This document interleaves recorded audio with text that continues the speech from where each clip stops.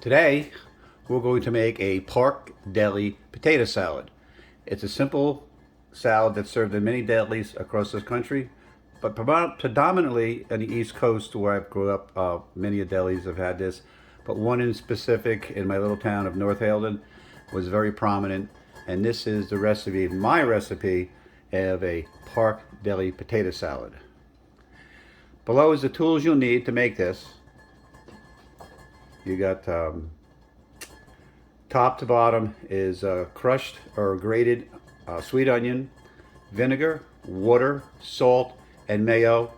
We need a something to mix it with, and a nice sharp knife to cut the potatoes up. And in the pot is 2 large Yukon Gold potatoes, peeled and cooking in salt water. Just a tablespoon of salt. Okay, the potatoes have been simmering for about 30 minutes because they're large Yukons. Now that they are fork tender, I'm going to take them out of hot water and I'm going to put them on my cutting board to rest. They will still continue to cook a little bit, not too much. They should firm up, and we're going to let them cool down a little bit before we start slicing them. But before we start slicing them, let them cool down, we have to mix some ingredients together. We're going to take about a little less than ½ cup of minced, or I grated the onion on that. So we have a nice, I drained a lot of the fluid out. I didn't want a lot of fluid because it's going to be, these are going to be pretty runny potatoes anyway.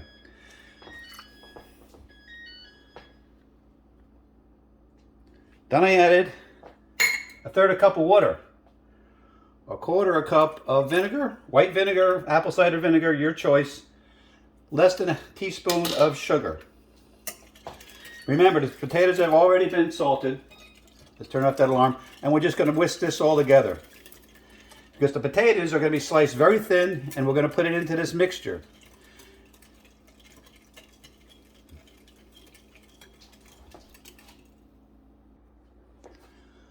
Okay, potatoes cooled down a little bit.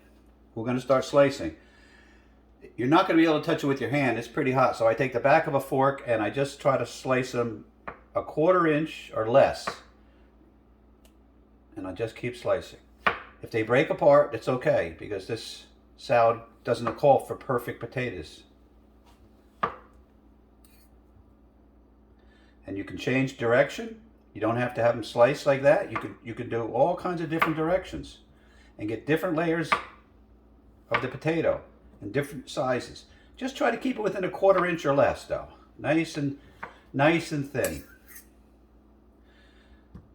Do it this way. You do it this way. You do it this way. You see the little bits and pieces? That's going to be really good for absorption of the liquid that's in the bowl that we put. These are absolutely perfect. Fork tender with a little crunch to it. Nothing really hard. And we'll put that on an angle, and we'll do it that way.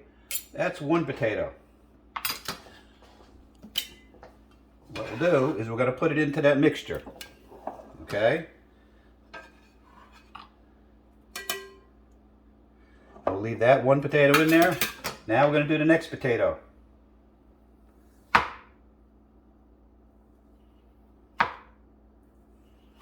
If you can hear it slice through the potato, which is what you want. You don't want to just go through it like butter. Again, we're going to get some different angles, different types of potatoes, different pieces, small, large, medium, probably some little different thickness, because we are human. And we'll get this almost done. All right, put that in half. We'll put that potato in. And what we'll do is we're going to fold this in. We're not going to stir it.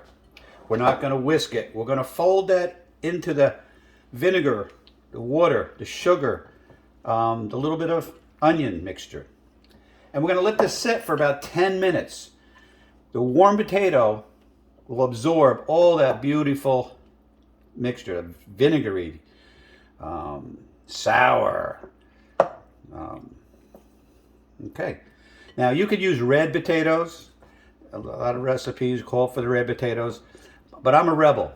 I like the Yukon because they last the longest in my cupboard. To be frank, I'm just trying to get these separated so the liquid gets in all the potatoes. Okay, we're going to let that sit for about 10 minutes and we'll be back in 10 minutes. Okay, 10 minutes is up.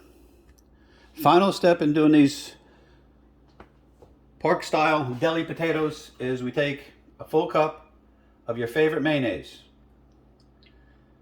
And we don't add it all, we add a little bit and we fold it in. No hard mixing here because the potatoes again are fork tender, they're very...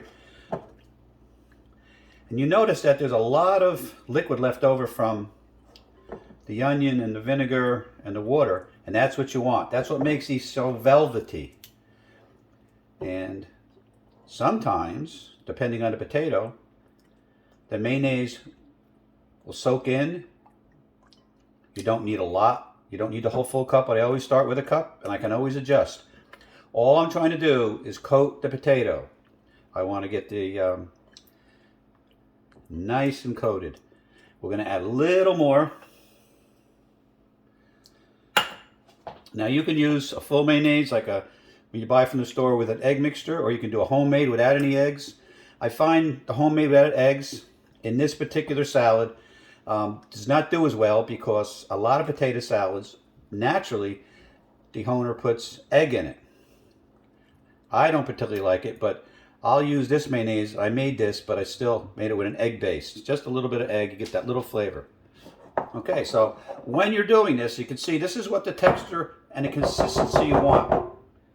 That mayonnaise this salad is done. Once you put it in the refrigerator and absorb 2 to 3 hours, that's when you want to just let it sit. This will thicken up and it'll be velvet and it'll be absolutely, in my taste buds at least, delicious growing up in that little town. Had a nice tone to it in northern New Jersey.